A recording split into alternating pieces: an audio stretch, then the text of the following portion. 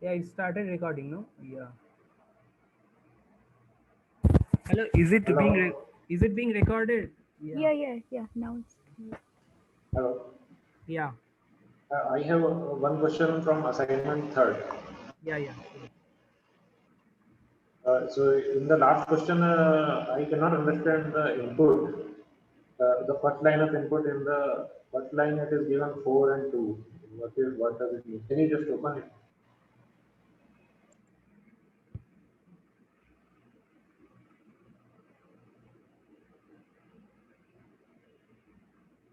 Oh, I think it is a typo. Yeah. I think it's a typo. Yeah. There should be a single like there should be a single. Yeah, it should be 4, right? Yeah, yeah, it's a typo. Yeah. Okay. So and there is a written that if it is not a bipartite graph, then it should return some witness. Yeah. So can you just explain that what is meant by witness here? So basically, you can like output that there is a cycle between this, and this vertex, right? Okay. So I mean, I mean, we know that a graph is bipartite if and only if it has no odd cycle, right? Yes, So yes. basically, you can output an odd cycle. I mean, Okay, so if we can use this fact also, right? It has if and only if it has no odd cycle, then it is bipartite. We can directly use this. yeah, it's just a program, right? Yeah, Okay. yeah. That you can always use. You don't have to prove that thing. Yeah, that is a like a known. You don't have to prove that, but you just have to say like this is a lemma, and then we know. You don't have to start everything from scratch. And we have to also show the efficiency proof, the complexity proof, and the correctness proof also in the last question. Yeah, yeah. Given any Okay. algorithm, you have to write a correctness proof, even if it is not implicitly mentioned. I mean, I have all this was already mentioned in the first two assignments, right? Yeah, yeah. We are not going to write it every time. I mean, there is no point. Like it's implicitly assumed. Like you have to do analysis as well as you have to write a formal proof of correctness as well as the algorithm would be like as efficient as possible, right? So if there is a logarithmic algorithm possible, so if there is a algorithm, so suppose there is a problem and you can actually design an like logarithmic complexity algorithm, so obviously someone who provides a linear time algorithm won't get full marks, right? I mean, that is implicit, right? We don't have to say everything like explicitly, right? So Okay. given any problem, if you have to write an algorithm, you have to design, you have to formally prove its correctness as well as the time complexity. So in Okay. assignment two, there was a problem that max min can be done in 3n by 2 number of maximum in 3n by 2 number of comparisons. So for that also we have to give proof of correctness. I mean, I just did the derivation part and algorithm and derivation and just that, but I didn't give proof of correctness Yeah, I'm not sure. I mean, you have to see these things. Yeah, I mean, it would be better if you provided. because it wasn't asked. I mean, the only Oh the no, 3n no, by no, no, no. 2. This was implicitly assumed. Like, I mean, I really don't know. I mean, why you people are asking the same kind of questions, right? It was already said like whenever you have to write an algorithm, like you have to write a correctness proof and all, right?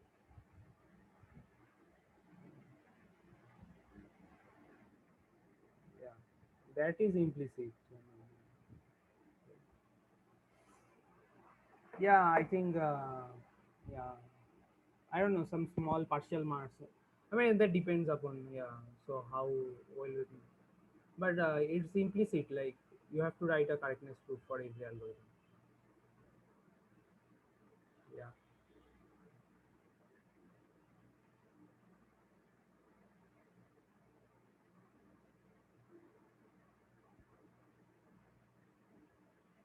Okay. So the plan of today is like I'll just try to like give a brief overview of both BFS, DFS as well as topological sort, and then we'll probably see uh, one or two problems from the problem set. And and if there are far more problems, then we'll say them like we'll see them in the Monday's tutorial, right? So more or less this is the idea. So is it like,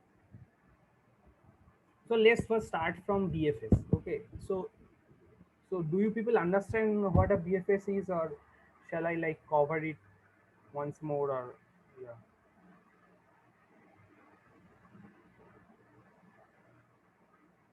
I mean, if you are okay, then I'll not like cover it again, but then otherwise I'll just have a brief outlook. So let's just, instead of just directly writing, so let's just do a small example thing, and then I mean, Shantanda, your voice is getting lower. oh, what is happening?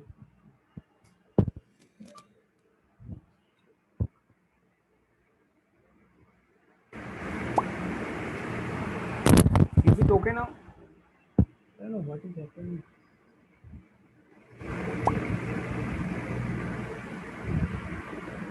Hello? Yeah, is it okay? Hello? Hello? Yeah, it's okay. Yeah, so let's just see an example of like BFS. So let's just first draw a graph, and then we'll run both DFS and BFS on the same graph. And yeah, so let me just draw a graph. So yeah, this is like this.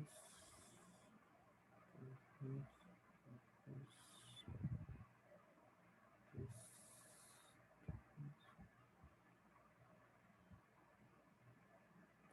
supposed to be here.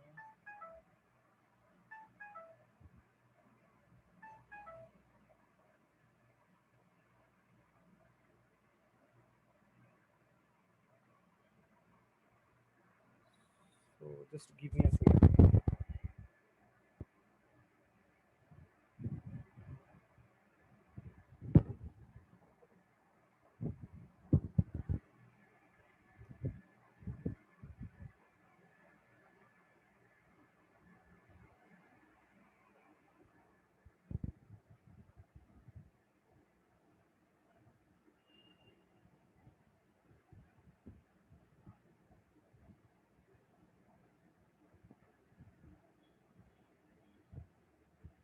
So also, so although these drawing lines are like not a straight line, but let's just pretend they are like straight. But although for graph we really do not care. So let's just try to do BFS and DFS one by one for this single graph G. So let's call this G. So let's just first try to do BFS, right? And then we'll probably see a DFS on this. So what actually is like BFS? So it is like a breadth first search, right?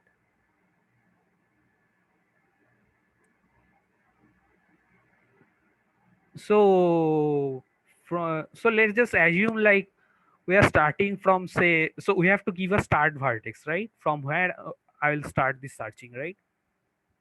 And like let's just start from E. So let me just take another color. So we'll start from, this is our start vertex, say start vertex is E, right? I mean, you can start from any vertex, it doesn't matter, but yeah. So what does actually BFS means? So BFS means is basically breadth first search. So it basically acts like a wave. So if you recall like a physics idea kind of thing, so wave actually goes like a, so suppose this is a start, this is a start vertex, or suppose this is kind of a source that emits some sort of wave, say sound or something. So basically wave kind of goes this way, right? It kind of covers all possible things that is like a unit distance from it. So all these points say, so let me just draw a better picture.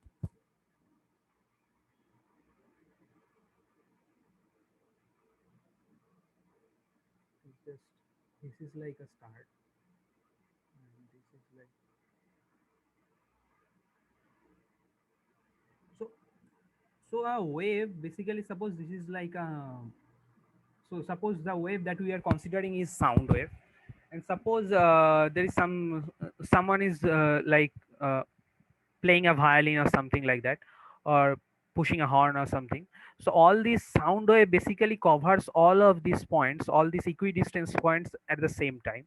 Similarly, it will just cover all of them same. So this is the same idea with BFS. So it is kind of covering it breadth wise, right? So what happens when we start from E? So then it will first cover both. So suppose this is a like a unweighted graph. So all these weights are say 1, right? So from starting point E, both S and D are unit distance. So so during this BFS, basically we will be covering S and D in one shot. So once we reach D, both of its other endpoints are already covered, right? So we'll see it from S. Again, both A and C are equidistant from S. So basically we'll then cover this. And then either we'll start from C or A. Say for we start from A, then only one vertex is remaining. So then B will be covered, right? So a possible like a BFS of this graph, BFS of G. So let me just take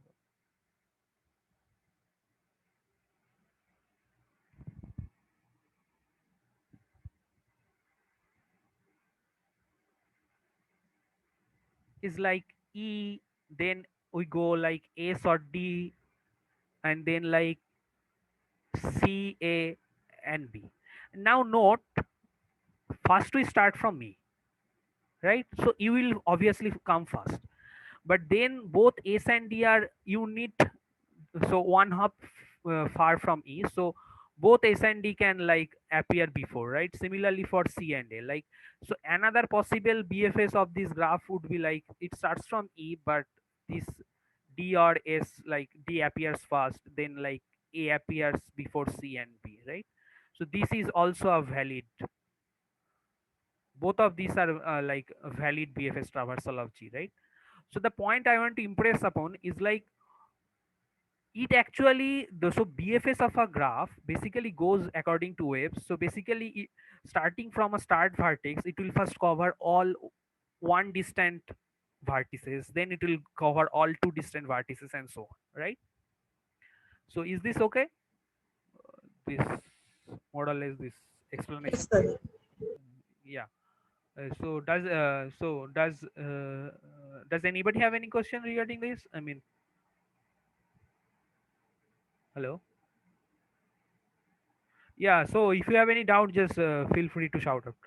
So so this is the kind of the idea, and the way basically we implement it is like according based on a queue, right? So basically we start from E, then we put E in Q, then we put all the vertices that are say unit distance, say either we put S first or D first, and then like either A or C, and then B, and then basically we basically traverse, right? So this is the idea of BFS. Is everybody okay with this? And this is the reason, and the reason being of this kind of wave is basically we are putting all these vertices on Q, and will be like DQ element from this Q. Say let's assume that Q is Q. So Q is the, so capital Q is the Q that you are using for BFS. Then we are actually putting all these elements, all these vertices to Q in this order, right? So initially like,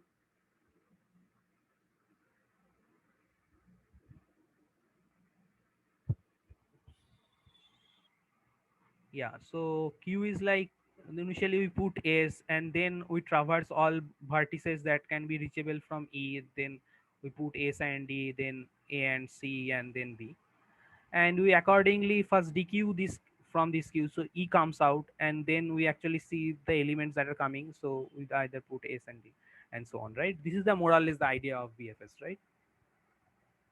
Yeah, so is this okay? So basically the idea is like it works as a wave, and then like it moves on, and we implement it via queue. So is this okay? So Yes. yeah, so is it okay So, to is it okay to everybody? Yeah. like for BFS algorithm, how do we input the graph as adjacency list, right? No, you can include it as a adjacency matrix as well, right? I mean, Okay, like is it fine like if we input it as adjacency matrix as well? Like for unless topological sort? unless it is explicitly mentioned, yeah, yeah. I Okay. mean, for topological sort, yeah, it's kind of helpful if you put it like a adjacency list, but suppose adjacency matrix is already provided, so you can do some tinkering things, fix a thing here and there, and then you can work, you can make it work. Yeah, Okay, sir. I mean these algorithms. So given a graph G, like, so uh, we can like store the graph in adjacency matrix, adjacency list, right? So these adjacency matrix or adjacency list are models for storing this graph, but all these algorithms actually works on graphs that are irrespective, that are independent of how we are storing, right? So any algorithm that works on adjacency list will also work on like adjacency matrix, but you might have to like modify the algorithm a bit here and there, but yeah, I mean, won't the time complexity change? no, actually that will be kind of dependent upon like the model you are using, right? So how you are like accessing it and all. So for RAM model, we can kind of assume that it's kind of constant. Like while doing the assignment problems, like who are not comfortable with data structures and things, can we ignore like how we are inputting and just work on the like actual algorithm and give the time complexity? Is it fine? No, are you mentioning it for like coding or only for algorithm? Only for algorithms. Yeah. Yeah, that is not very much like, but you have to like say that we are using like list or matrix, and accordingly you can write an algorithm, but yeah, it's not that much important, right?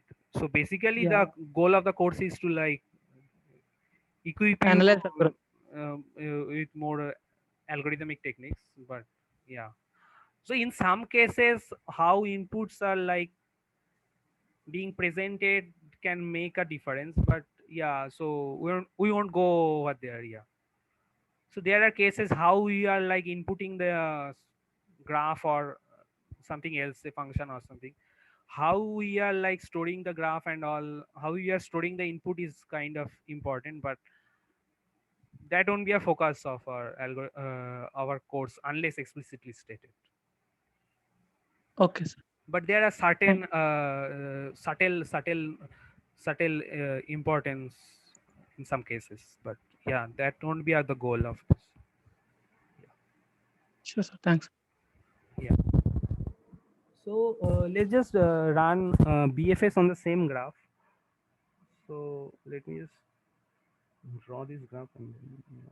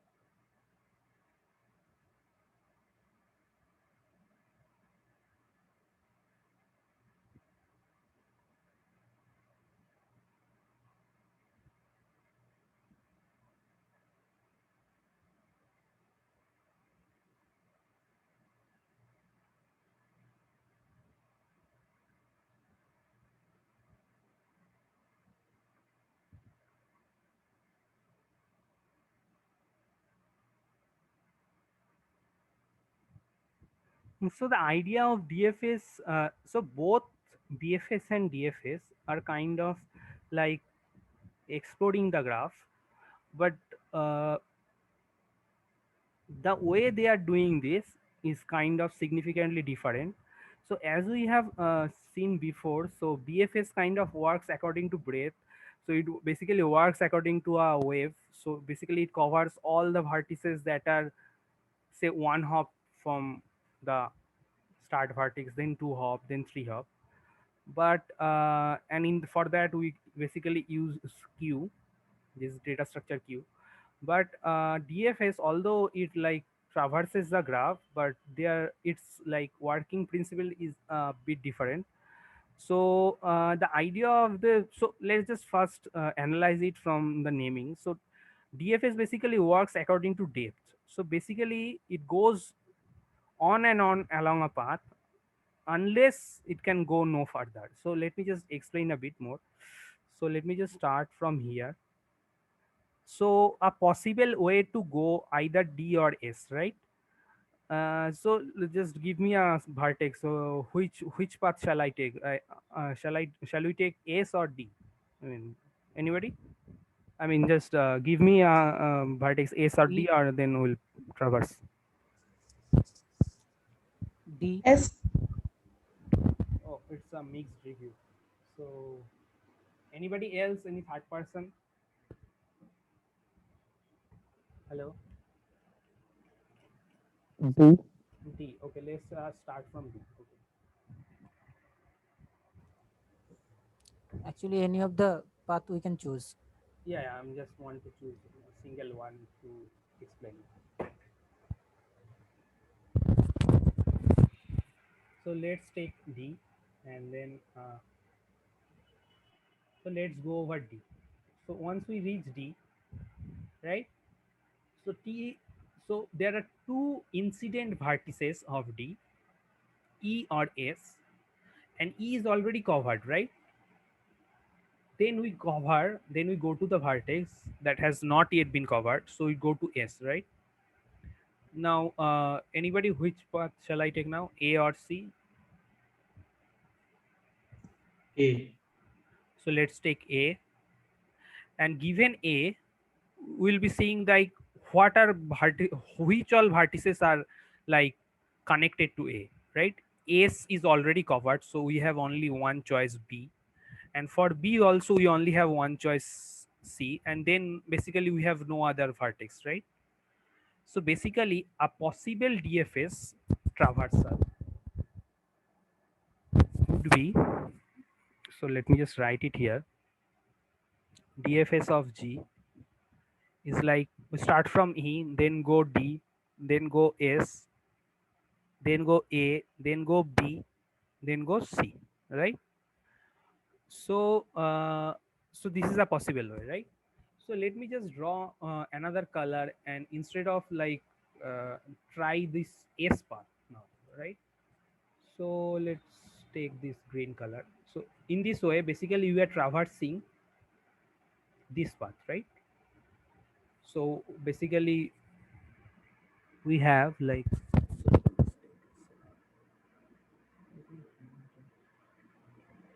yeah,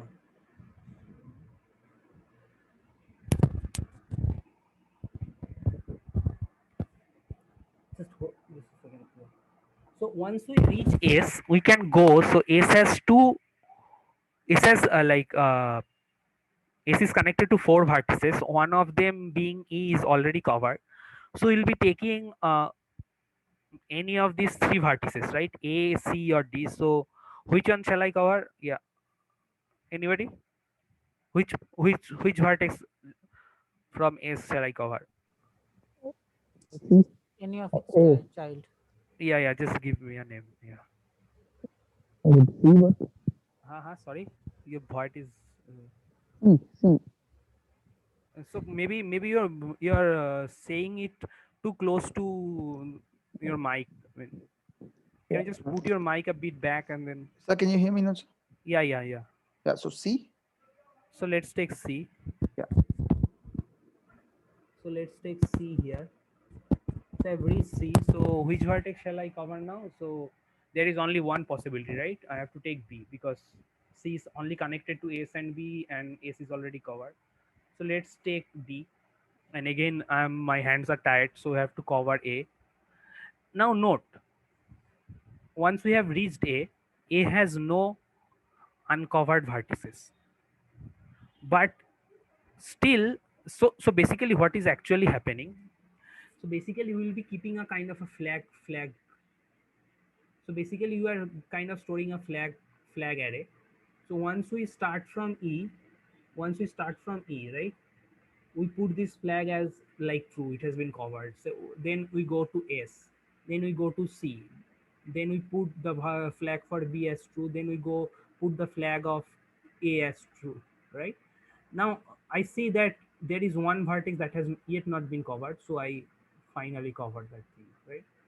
So then it will be covered. So DFS in this path would be like E, S, C, E, S, C, then it will be like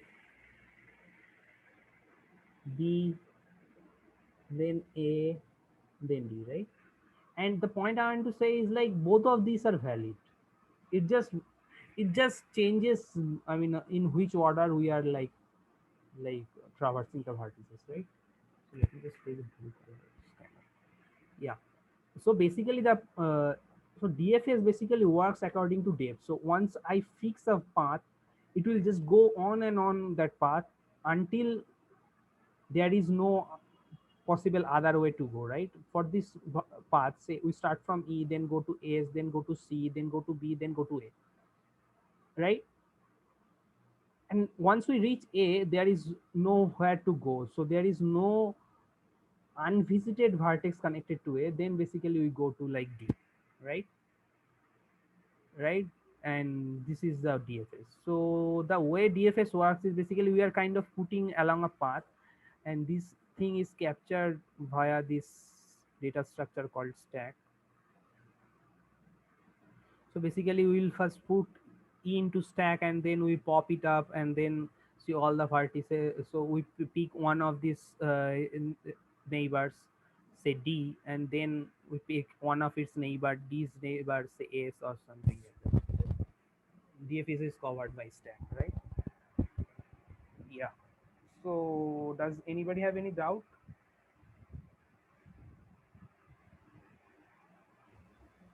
Hello. Sir, so in the same graph, can you put a child to B, sir? To B.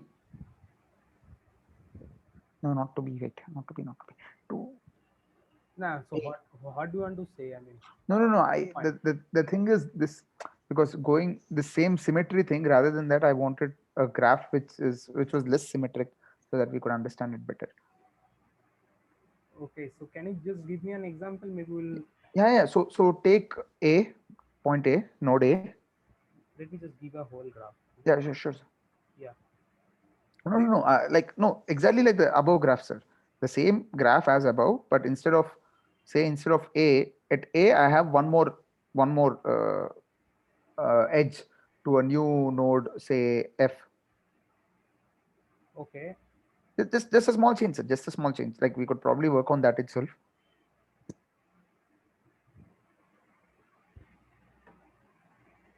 Okay. So let me just draw.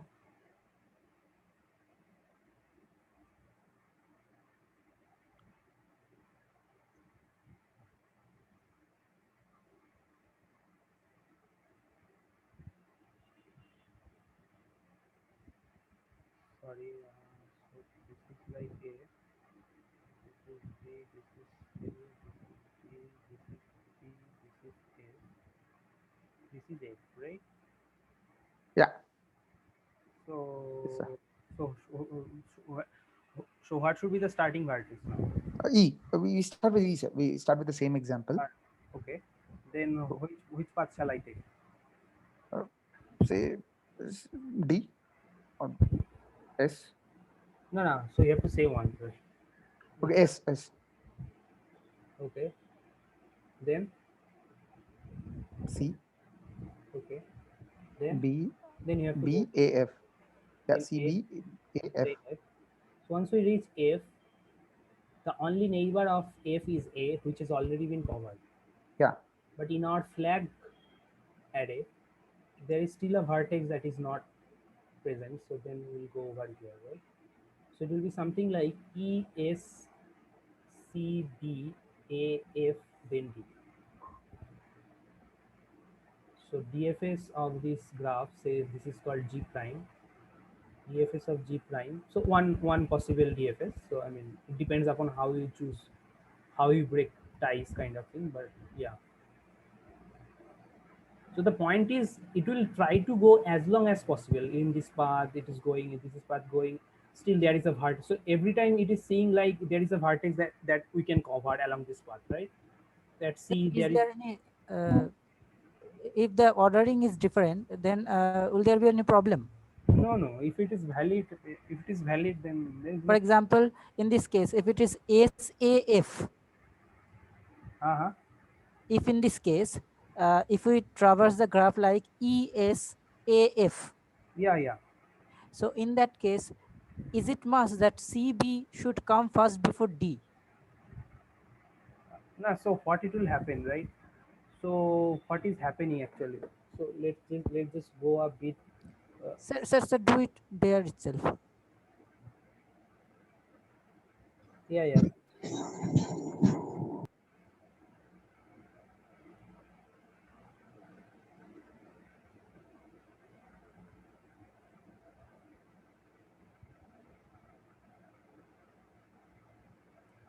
So I was not actually trying to go to say that explicit, but if you actually study the code of this algorithm, the way it works is like if we start from E, right?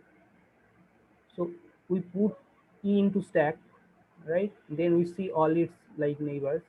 Then basically we go to S, right? Then we from S, suppose as you have, as someone said, so let's take this path A, then go to F, right? Now F has no other unvisited vertex, so we pop F from our stack. So let's just dot this stack here. So I was hoping that yeah, if you actually see that algorithm like if you try to implement that algorithm, maybe it will be pretty better. So suppose we put this, so this is stack, say stack, right? This is the stack. So we put E into this, and now for E we take one of its neighbors, say S, onto stack. Then we put A on this stack. Then from A we are seeing one of its neighbors, say F, right? Now from F there is no other unvisited vertex. So basically we pop that, say pop F, right? Then now this stack actually becomes ESA, right? Now once I have this A, so I am trying to see does there exist any other vertex that is adjacent to A as well as it has not been covered. So that is B, right? So now we put B over here. Similar thing from B, right? So I'm trying to see does there exist any other vertex that is adjacent to B but not covered. So that is C, right? So uh, now this stack would be like E S A B then C, right? Now C C has all vertices, C has all its adjacencies that are covered, right? So pop C, right? So so C is no longer there. So has all vertices adjacent to B has been covered? Yes. So let's pop it, right? So has all the vertices adjacent to A covered? Yes. So let's pop it.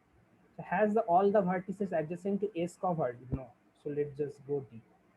Has the all vertices of adjacent to D are covered? So yes. So let's pop D. So has all the vertices adjacent to S covered? Yes, pop. And similarly for E. So then at the end of this algorithm, this stack would be empty, right? So basically it actually works on this stack. So if we actually try to implement this DFS, so it has been given in your problem set as well, both BFS and DFS. So I hope you people work it out, and then actually I was not trying to explicitly explain it, but I thought you people will figure that out. But yeah, yeah, so yeah, once I've said it, I mean, I sincerely suggest that you people implement it by your hand, right? So this is basically a stack-based algorithm, right? Similarly for BFS as well. So, Hello. yeah. But the path we have chosen like hasn't used the full depth, right? Like we can add one more by taking a different path, right? Sorry. Like EDSCBAF would have been a Yeah. proper maximum path we can cover, right? No, that actually depends upon which way, which vertex you are taking, right? So when I am starting from E, someone has said to me to take S, right? So instead of taking S, I can certainly take D, right? I mean, there is no issue of that, right? So let's Oh, so first take E, then as you have suggested, say, so E has. So what is a neighbor of E that has not I been mean, covered? So like, let's take D, right? hmm, Yeah. So now D has a unvisited vertex, say S, right? S has unvisited vertex. Which one shall I take, A or C? C. C. Okay. C has an unvisited vertex, right? Only one possible B, right? Mm-hmm. Mm-hmm. So B has only one possible unvisited vertex, right? That is like A, right? And A has only one possible unvisited vertex, that is F, right? F have no unvisited neighbor, right? So let's pop F. Similarly for A, similarly for B, right? This way it will all go down to E and then the stack will be empty. So both these trees are DFS trees. Yeah, yeah. Any valid thing is DFS. Hello, I can't hear you. So Yeah, ordering is important. no, ordering is not important. Any valid thing is valid. Because here I can Is see it that a probabilistic algorithm? Huh? I think it is it a probabilistic algorithm? It seems this way, right? It is No, we are like choosing. We are choosing based element. upon what choices they are making. There is no probability here. In which step are we taking probability? Then like we are choosing between S and D, right? Yeah, that is arbitrary. What determines while choosing S and D? You can choose. So that you will code it up, right? According to whichever vertex, say you are as doing adjacency list, right? Right. So Okay, so, so in this input, so we have this input, right? So suppose this is vertex E, right? What will come for first for adjacency list of D? Will it come S or will it come D? That will be dependent upon that thing, right? There is no randomness here, ah, right? It is hmm, not at all a based random on the algorithm. input. It is not at all a probabilistic algorithm. There is no Hmm. both these. So even for this graph that I initially covered, both of these orderings are valid, right? Similarly, for even for this BFS thing, both of these things are valid, right? And possibly there are a couple of more. If it follows that algorithm, yeah, why not? Yeah. no, sir. I had a completely different point. Yeah. Hello. So that was like, if we traverse like ESAF, then the next vertex that should be traversed must be B, right? Yeah. That was my point. So it should be the BC and then D. This is what I Yeah, that is actually happening because we can can we reorder it, like, from if we can't from like, if I go from through via this path ESAF, then we cannot traverse D first before B. no, we cannot. Yes, that's it.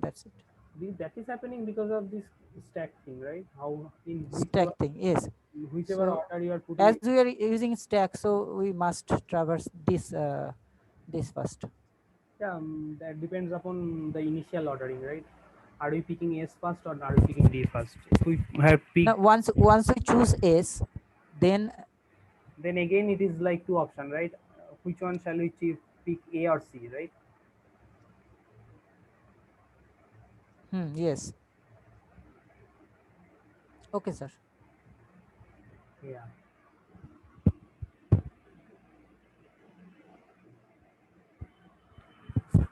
Okay.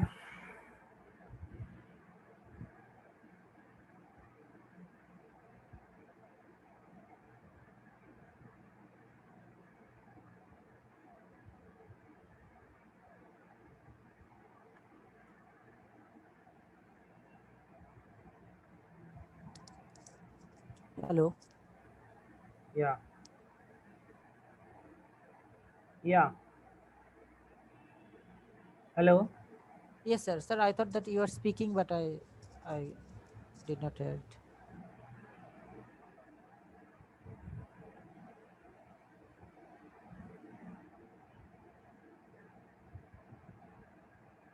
So next, like I will be covering like this DAC thing, directed acyclic graph. So basically, we'll be covering topological sort. So the idea of suppose so can you people hear me? Yeah. Is the connection lost? Hello. Sir, your voice is getting lower sometimes, like,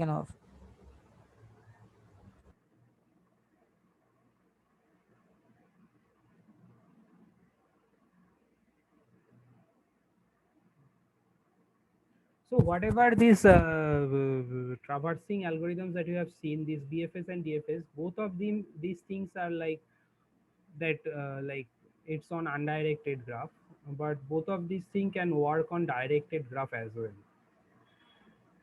Now there is a small subtle thing at this traversal of graphs for directed case and instead of this undirected case. So what happens for traversal of graphs?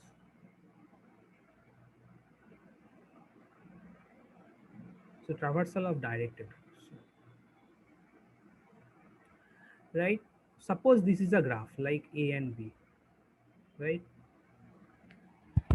So there are only two nodes and this graph is connected. So if we start from say BFS or DFS from A, so it will be like it will be like the traversal would be like A or B, right? And if we start from B, like it will be like B and A, right? Now both of these are kind of this undirected thing, right? So but the situation actually changes a bit when we are like doing it for directed case. Say the direction is from A to B.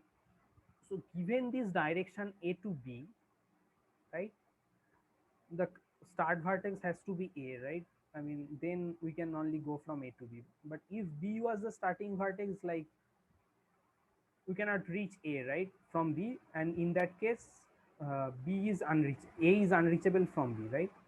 So, so let's just draw a distinction. So this is like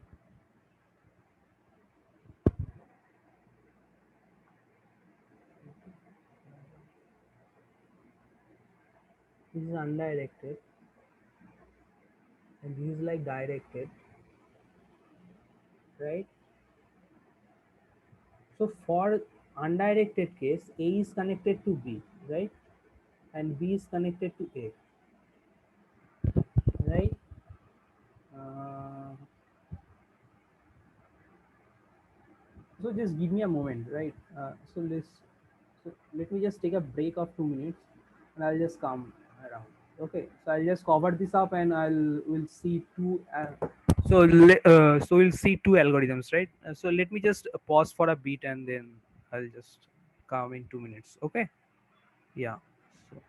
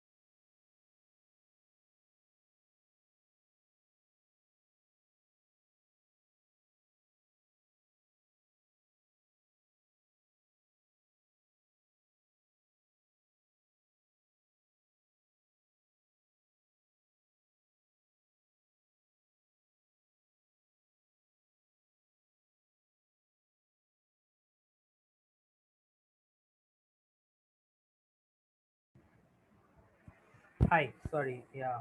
So can you hear me now? Yeah. Hello. Yes, sir. So basically, so A is reachable from B as well as B is reachable from A, right? But that's not the same case here. So like B is reachable from A,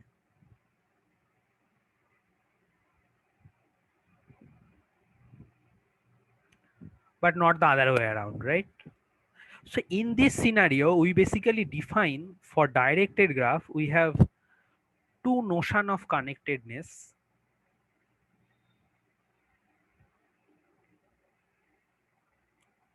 So weakly connected and strongly connected, right?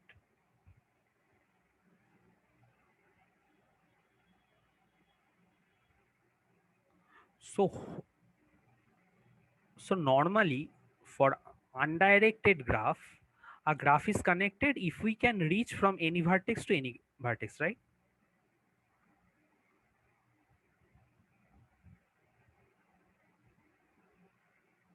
Connected means, I mean, for all vertex u and v, we can go from u to v, right?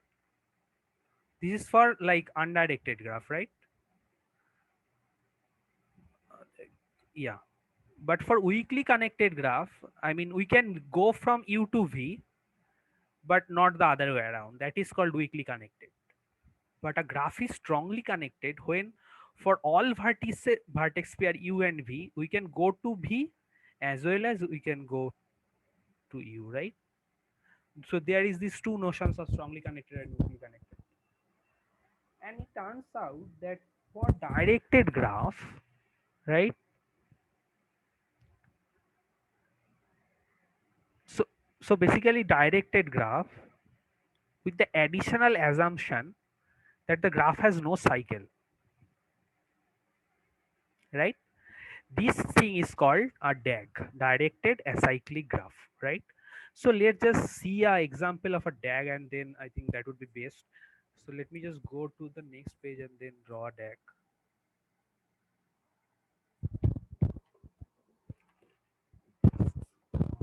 DAG.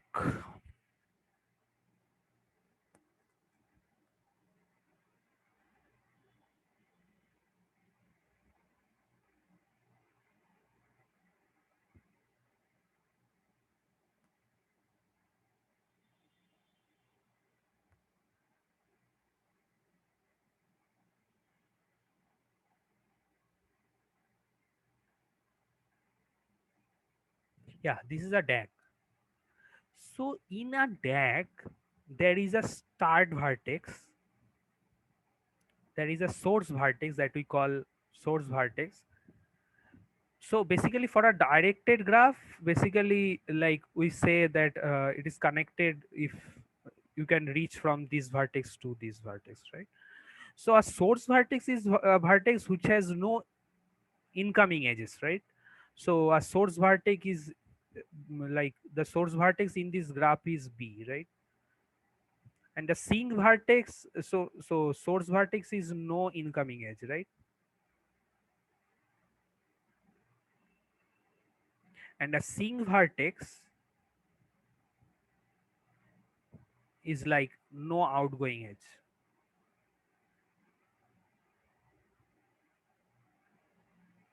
right? So there are two sink vertices here, so they are E and F, right? So it turns out that we can, in a sense, linearize a DAG,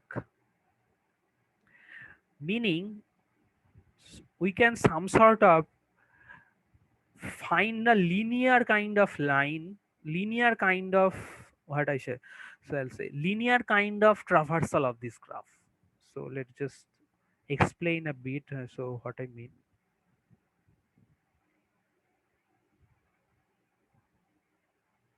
So basically the idea is we'll start from a vertex that has no incoming edge, right? It has to start from somewhere. So let's start from here, right? Now I can go from both A to D. So let's take A. So I go here, right? then like I go like this way. So what will be a DAG here? Yeah. So DAG will be here. I go from A to C. So what will be a linearized? So it will be like B, then A. Let's draw a better diagram kind of thing.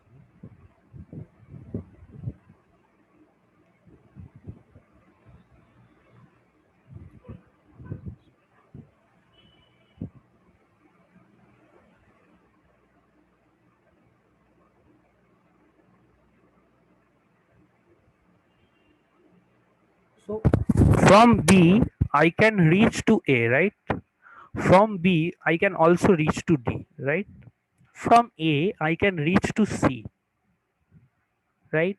From C, I can reach to E as well as I can reach to F. Now from D, I can reach to C. So you see, like there is a kind of a linearizing thing, right? This is a kind of a linear structure, right?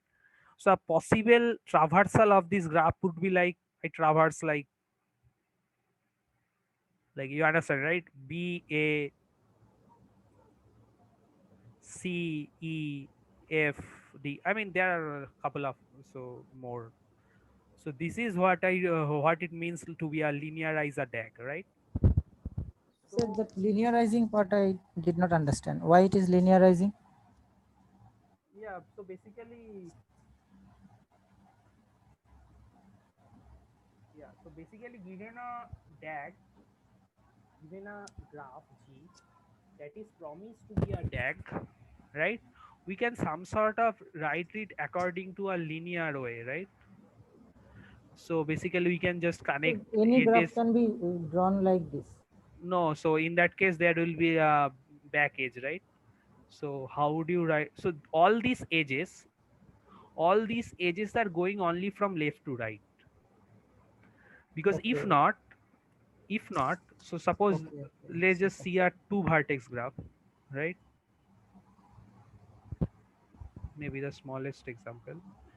So so let this be x and let this be y, right? Then how would you linearize this? There is x, there is y, right? You put edge on this order, right? Now one edge actually remains, right? Then you have to do this. So basically this is a loop kind of thing, Okay. right? And these basically will give you a cycle in the graph. But while in this case of a linearizing a DAG, the edges are only going from this side, right? Yes. So there is no kind of a back edge kind of thing. The edges are only going from left to right, and this is why there is no loop in this graph. And this is the reason what I am saying is like a linearizing thing. So I can like write it down in a single linear line. Sir? Hello. Yeah. Why we stopped writing after D C? Like there is an H between D and C as well, right? Like B A C F D No, no. and C. Sorry. Like while linearizing the earlier graph, Yeah. so we have chosen B A C E F D as an order. Like why we stopped C? Like Why you stop why seeing we are it? not writing C after D? Like So we can actually traverse C, then E, then F, then come to D, right? no, because we exhausted vertices. That is why we are not writing it, right? No, I don't understand your point. Sorry. While writing the linear order B A C E F D. So after D, like since there is an edge between D and C, we have to write C as well, right? But that doesn't give us an order. If that is the case. Hello. Am I audible? Sorry, I couldn't understand your point. I mean, can you just say it once again? Yeah. So you have given an order for vertices. No, B I have just given the A graph. C E F D. No, I've just given the graph. Yeah, you have given the graph. And because all the edges are from left to right, Yes. so you have chosen a certain path, right? B, A, C, E, and F. Then from after F, you have taken D because there is an edge between B to D.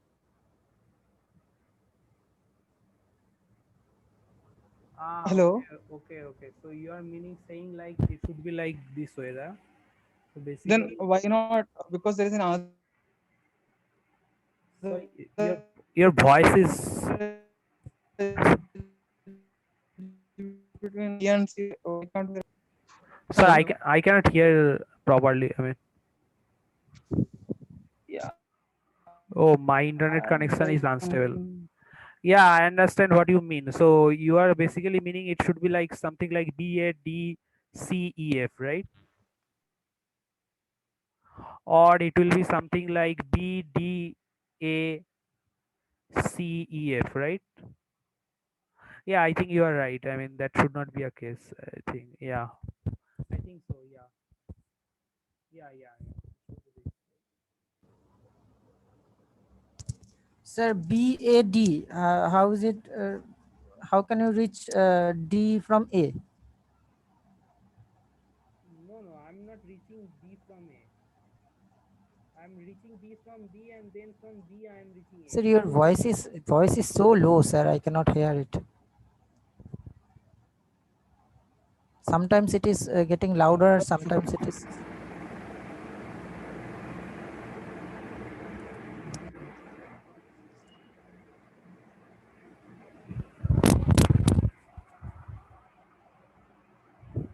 Yeah.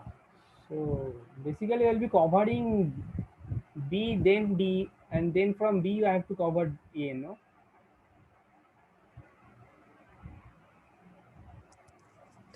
If I look at the arrow, then from B we should go to A, right? Or D. Yeah. Then how are you linearizing? No.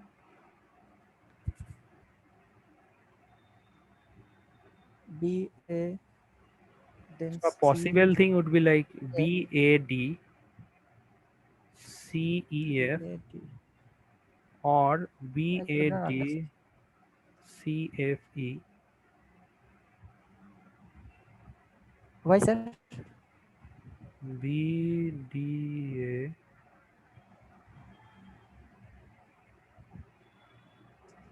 C E F B D A C F E. Yeah, this will be the four possible top sort of this thing. How, sir? So which one do you have doubt about? Sir, I did not understand the linearizing picture. I understood that So did you it is attend the class? the search class. Yeah. No, actually, this part I missed.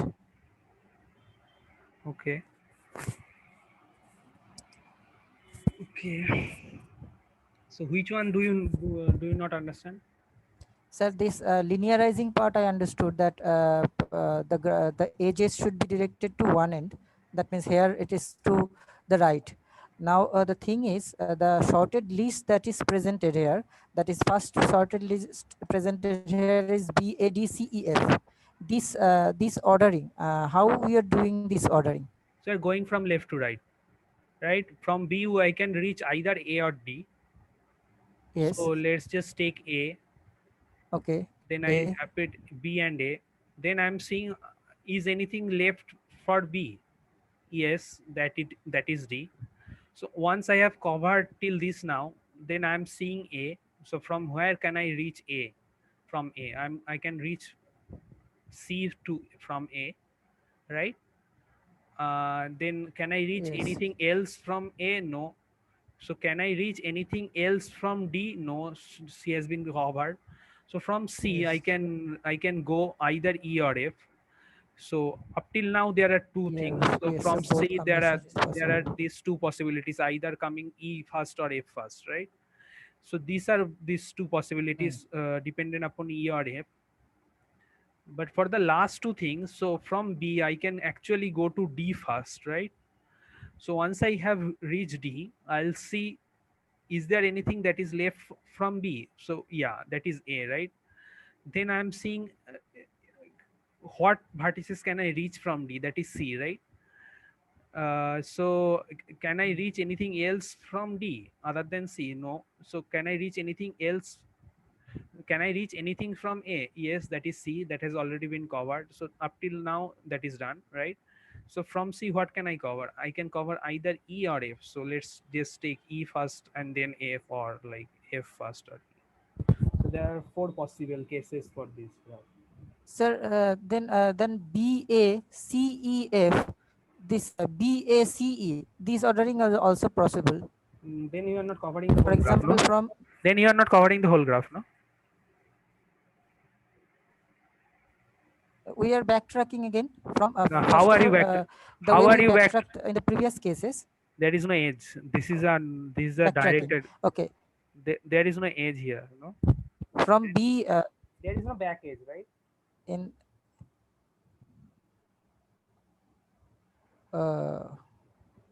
but B then in This is that a case B directed to graph. A, There is no back edge. then we, yes, so the same logic will apply for the first list, that is How? BAD. So in that case because from B I can go to A, and then again I'm coming from B to D.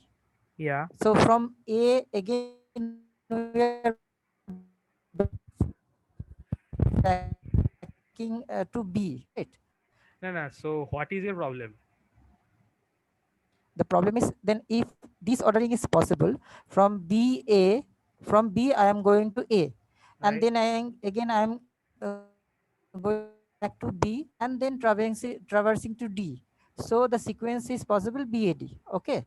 Now Yeah. if it is possible, then why BAC,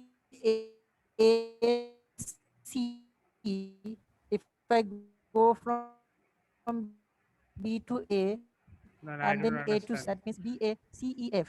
No. So what are you claiming? What might be the ordering? BACECE.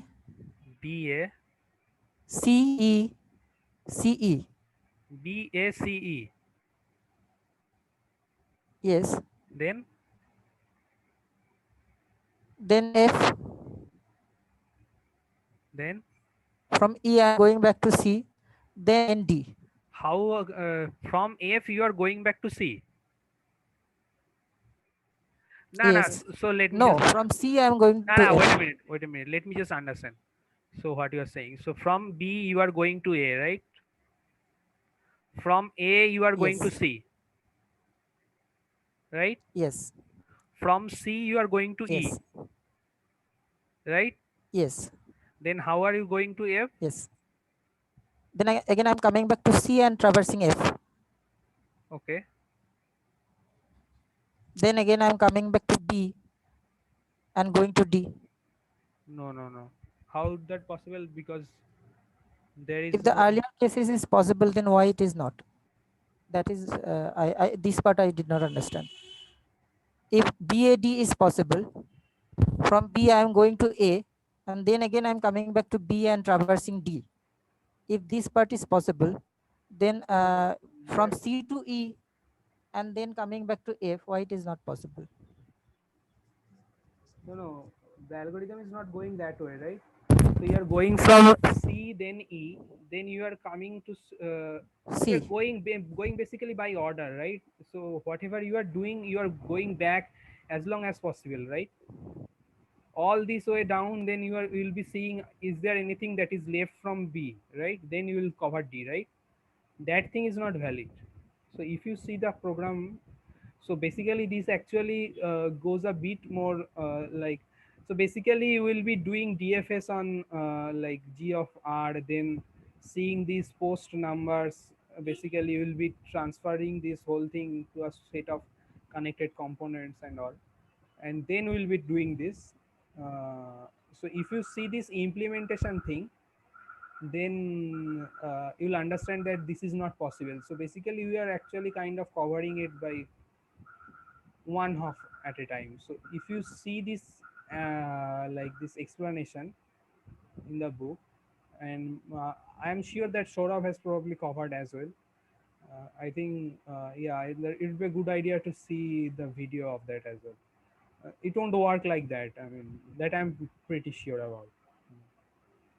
It doesn't work that way, because basically given the graph, we'll basically converting into a set of connected components, then we'll string the connected components, and then Okay, sir. I'll watch that calculate video. it. Basically we'll be Thank you. seeing based on this post. Yeah. Yeah, I sincerely hope that before coming to this problem set discussion, like you people will at least see the videos. Yeah, I just want. Okay, so we are kind of short of time, so let me just start cover two problems. So has anybody started problem one?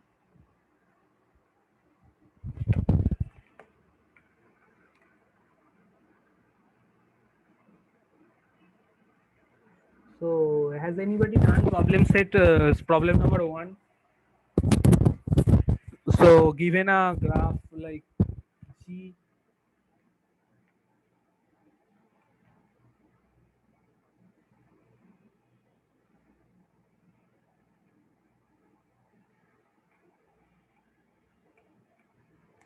so basically you have a graph G and a particular edge E, and want to check if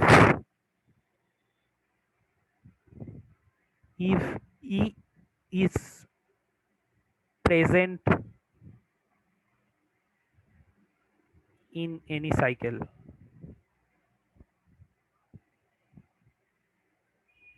right? So this is a pretty like basic. So say E is like this edge UV, right? So can anybody say what would be the algorithm?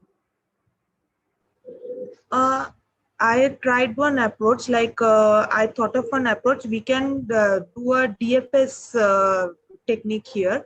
Like in the stack, we are given U comma V, so we can push U V into the stack and run a DFS technique and just do a DFS traversal. And if I hit at a vertex like whose neighbor is B, which is already been visited, then I can conclude that there will be a cycle in the graph G containing the edge U comma V. Yeah, you're right. So let me just iterate a bit more. So suppose this is a graph G, right? So there are some edges here and there, and there are some edges. And suppose this is vertex U and this is a vertex V.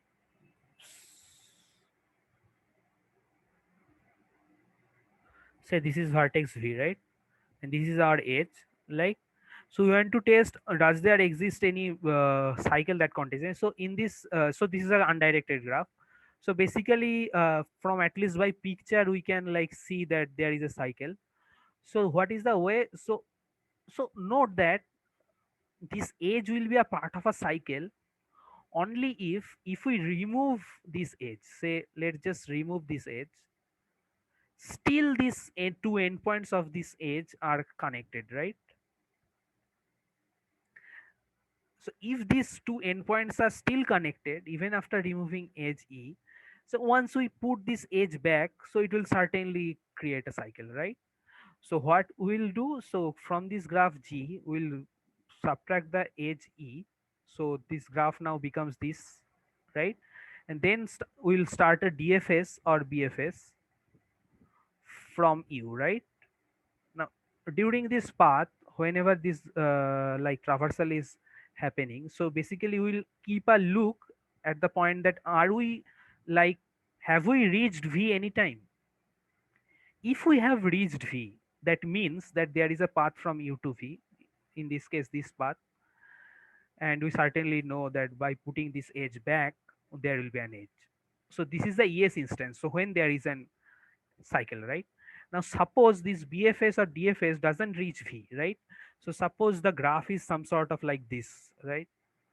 So suppose this is kind of a graph like, so this is kind of a graph like,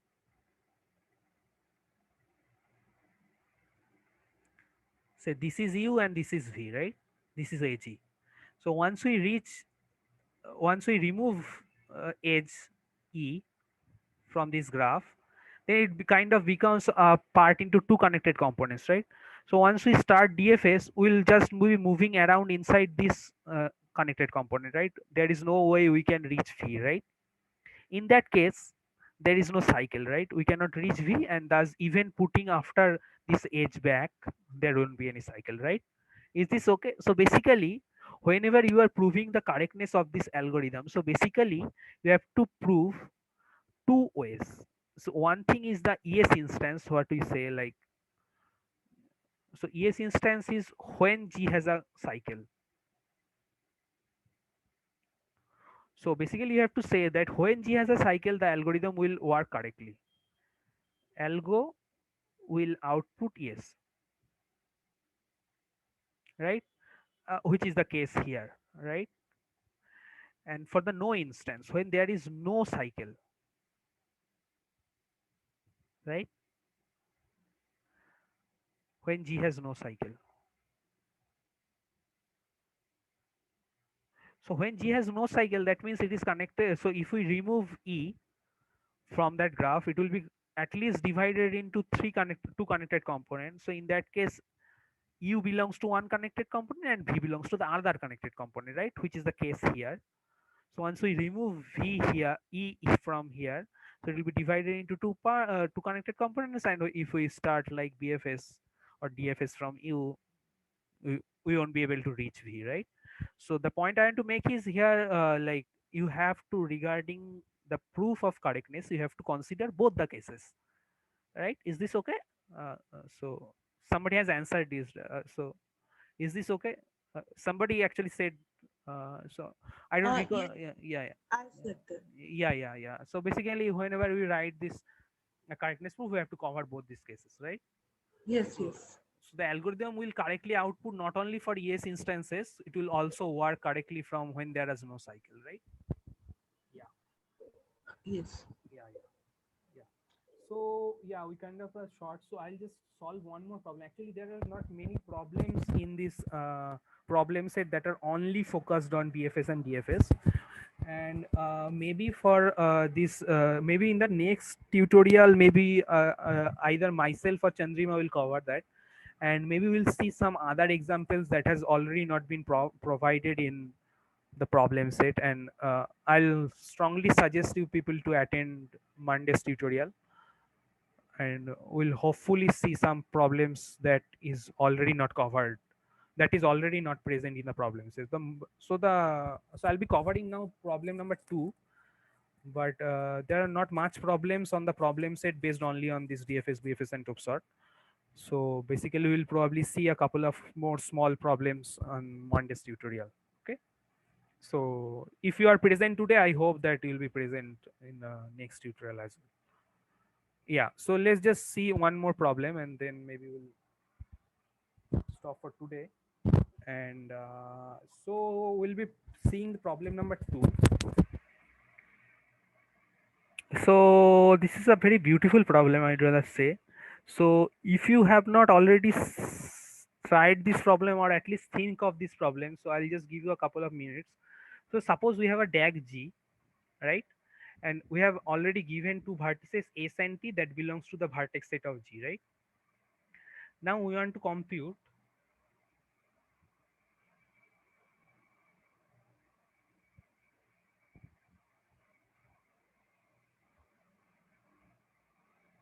number of paths. Number of shortest path or path?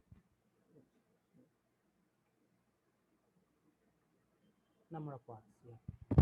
Number of paths from S to T.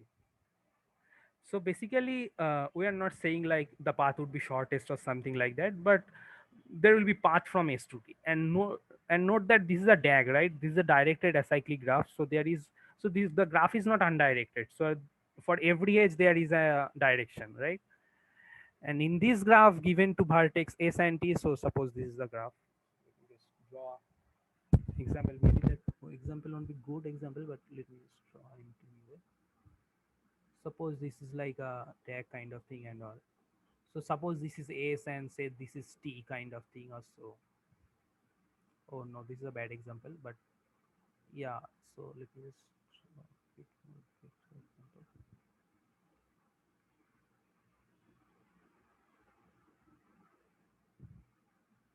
say this is T, right? So there are two paths at least, right? One path is this path, one path is this path, right? So this is a small, I mean, on the spot example, but so given any graph, any DAG G, so and given two vertices S and T, how do you plan to like compute the total number of paths between S and T? And note that this idea that the original graph is DAG, that is very crucial, right? Because suppose the graph is like so in general, if the graph is like not a DAG, I mean there may be cycles, then it might be difficult. So with the additional assumption that the graph is DAG, this problem become easy. So can you actually kind of try or think of a solution of this problem? Just I'm just giving you 2 minutes, but yeah, so just have a even on the spot thinking, right? Yeah.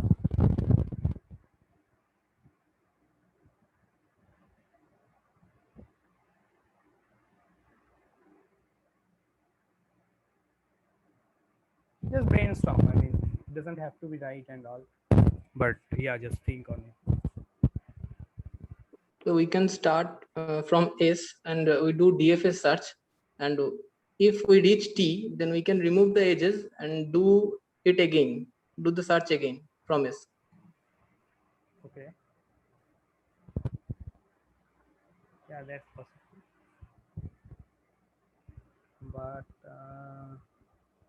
we'll remove the edges, right? Then there is a small problem on your idea. So suppose the graph is some sort of this way. So suppose the graph is some sort of this way.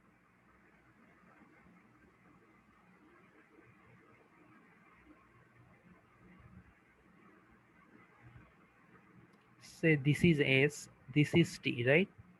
Oh yeah, got it. I got it. I got the problem. Yeah, there is a small problem with it.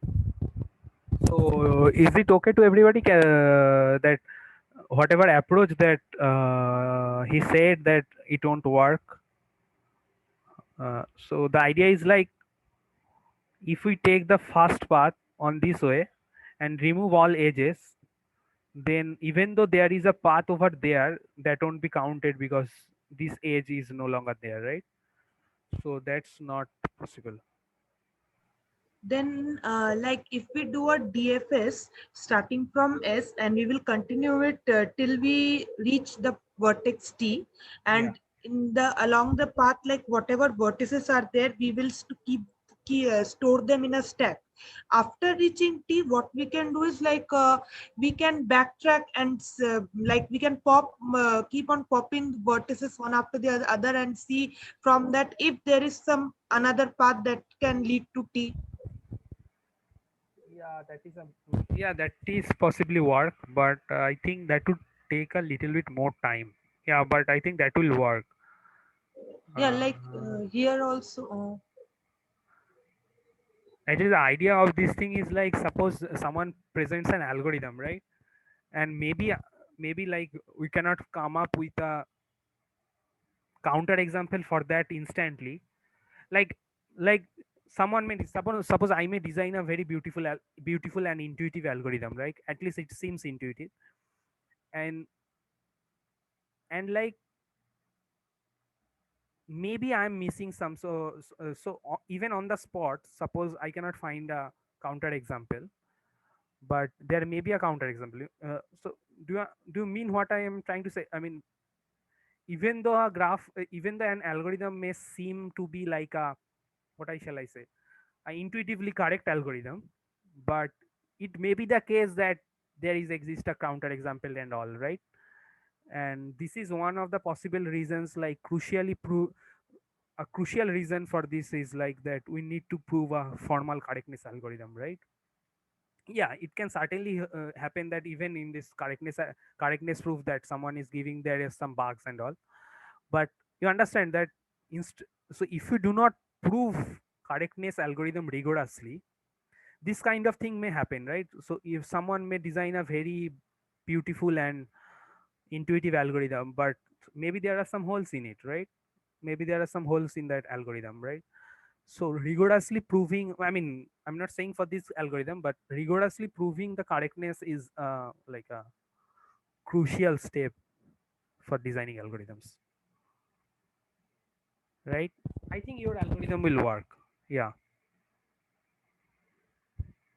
But I mean, the point I want to stress upon is that, yeah, so basically like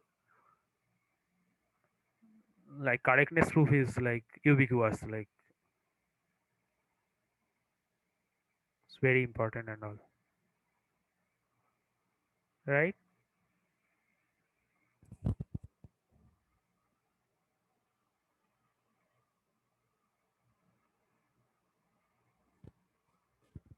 Actually, the algorithm going to say is kind of similar to the algorithm that just someone said. So yeah, so let's just try to think it a bit more like, what shall I say, a high level idea. So so suppose we have this DAG G, right?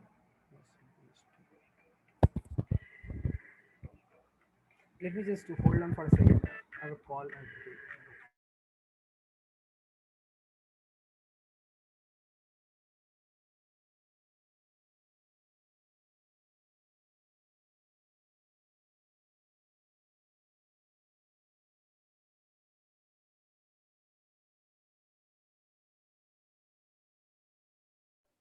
Hello.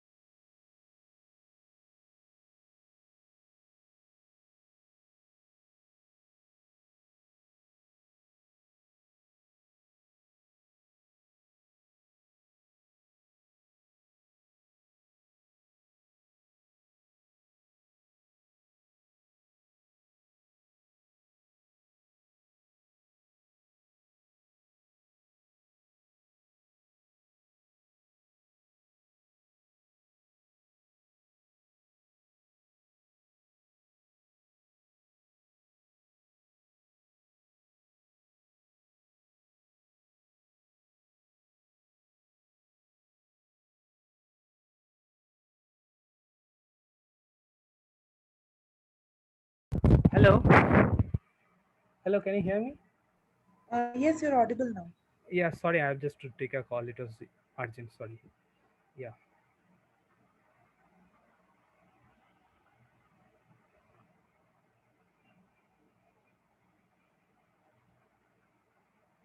So basically, the first idea, we'll do a top sort on this graph G.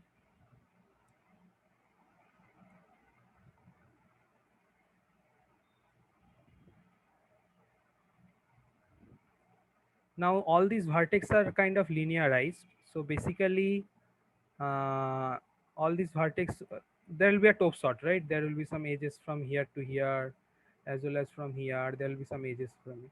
So for these things, suppose I'll define a array Si, where Si will denote the number of paths from T, right?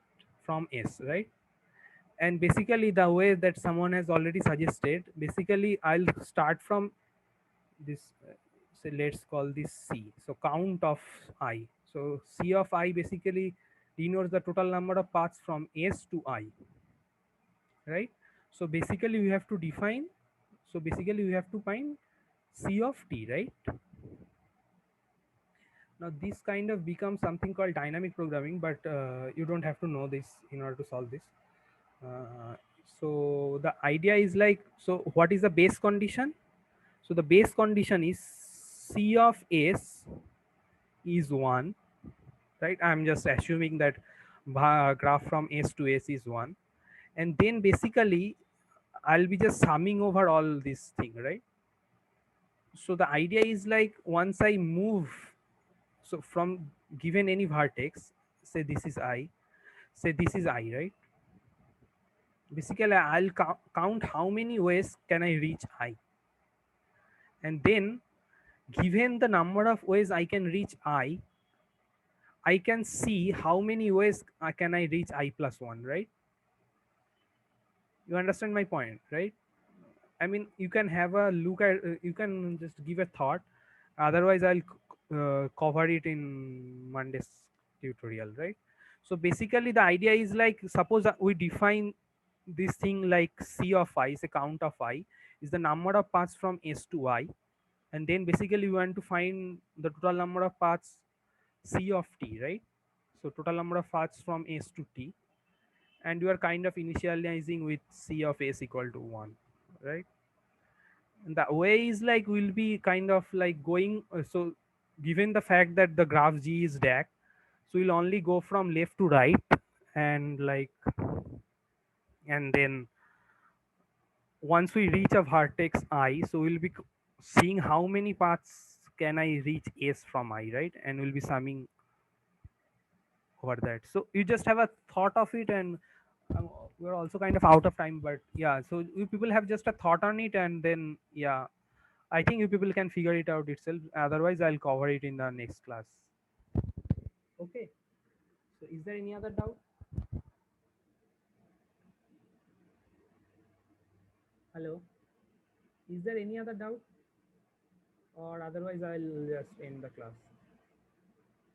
Hello? Hello? Does anybody have any other doubt? Hello? Am I audible? Am I audible? Yes, you're audible. Yeah. So I'll just cover it. So you people have tried to figure it out, and otherwise I'll just cover it. So that's the idea, kind of. Once we define a subproblem, that the subproblem being here, like how many paths are from, like how many paths are there from S to I, then we'll basically want to sum it over there.